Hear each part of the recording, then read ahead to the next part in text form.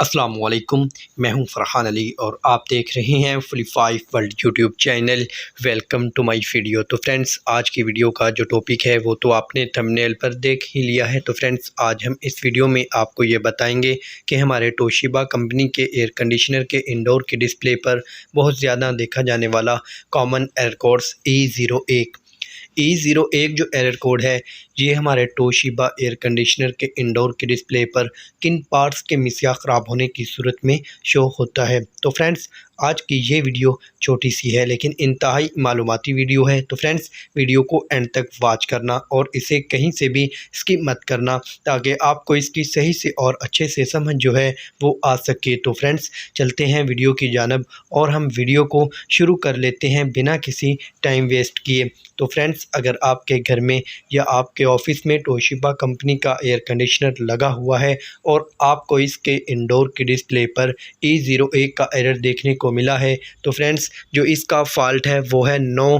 Communication between remote controller and indoor unit. तो friends, इसका मतलब ये है कि हमारे इंडोर यूनिट से जो रिमोट का कनेक्शन है वो अगर कट ऑफ हो जाए तो इस कंडीशन में आपको इसके इंडोर की डिस्प्ले पर E01 का एरर देखने को मिलेगा। तो फ्रेंड्स, अब आपको इसे चेक करना होगा रिमोट को कि रिमोट में अगर कोई फॉल्ट होगा जिससे हमारा रिमोट जो है ये वर्क ना कर पाए, जिससे हमारे इंडोर की जो सेटिंग है, जो टेम्परेचर है या इसमें कोई भी हमने फंक्शन ऑन करना हो तो लेकिन इससे ये ऑन ना कर पाए। तो फ्रेंड्स, अगर हमारे रिमोट में कोई ख़राबी होगी तो ये हमारा जो इंडोर की डिस्प्ले पर आपको एरर है ये E0 का ही देखने को मिलेगा।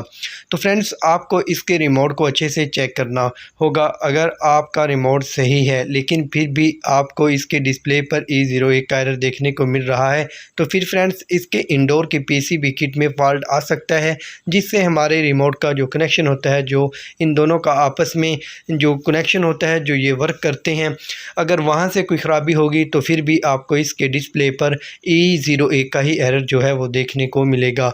तो फ्रेंड्स, ये जो एरर है ये रिमोट में की सेटिंग या रिमोट में ख़राबी आने की सूरत में शो होता है, या रिमोट सही हो तो इसके इंडोर के PCB किट में जो कोई फॉल्ट आ जाए तो इस कंडीशन में आपको इसके डिस्प्ले पर E0 का ही एरर जो है ये देखने को मिलेगा। तो फ्रेंड्स, आप इसके रिमोट की सेटिंग को सही से देख लें कि इसकी सेटिंग तो ख़राब नहीं या ये रिमोट तो ख़राब नहीं हो गया। अगर रिमोट सही हो तो आपको इसके इंडोर की सेटिंग को चेक करना होगा, उसके PCB किट को अच्छे से सेट करना होगा। तो उसके बाद जब आप दोबारा से अपने एयर कंडीशनर को ऑन करेंगे, इसके फॉल्ट को ट्रेस करने के बाद, रिपेयर करने के बाद, तो फ्रेंड्स, इस तरह हमारा जो एयर कंडीशनर है ये ऑन हो जाएगा और इसका जो रिमोट है ये सही से वर्क करना शुरू कर देगा और हमारा जो एयर कंडीशनर है ये वापस अपने पहले वाले मोड में ही आ जाएगा और ये अच्छे से वर्किंग जो है वो करना शुरू कर देगा। तो फ्रेंड्स, यही था मेरा आज की वीडियो का टॉपिक जो मैंने आपके साथ शेयर किया।